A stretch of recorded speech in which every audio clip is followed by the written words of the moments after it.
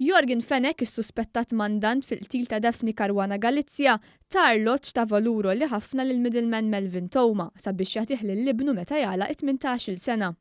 Iddikjara dan bil-ġurament Melvin Toma li l-ġimgħa filgħodu sarlu kontro eżami mill-avukati tal-aħwa Alfred u George De Giorgio u Vince Muscat li jinsabu mixtija bil-qtil ta' Caruana Galizia.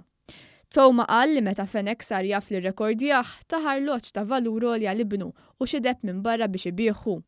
Żied li f'okkażjoni oħra biħlu arloġġ li kien ta' edizzjoni limitata b'valur ta' 13,000 euro.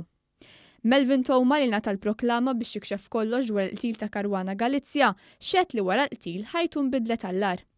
Kont qed ngħix f'ħajja tal-biki, lill-Alla fnuk ngħidlu grazzi tal-li qajjimtni kont ngħidlu għaliex qajjimtni.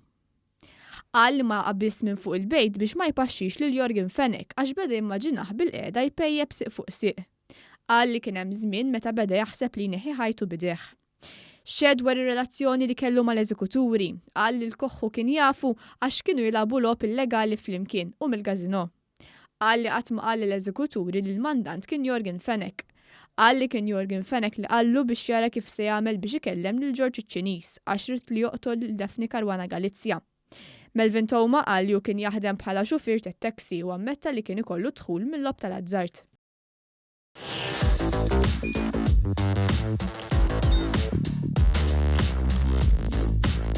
Idħol fuq one.com.mt u hemmhekk tista' tara l-programmi kollha li jxandru fuq One permezz ta' One Play.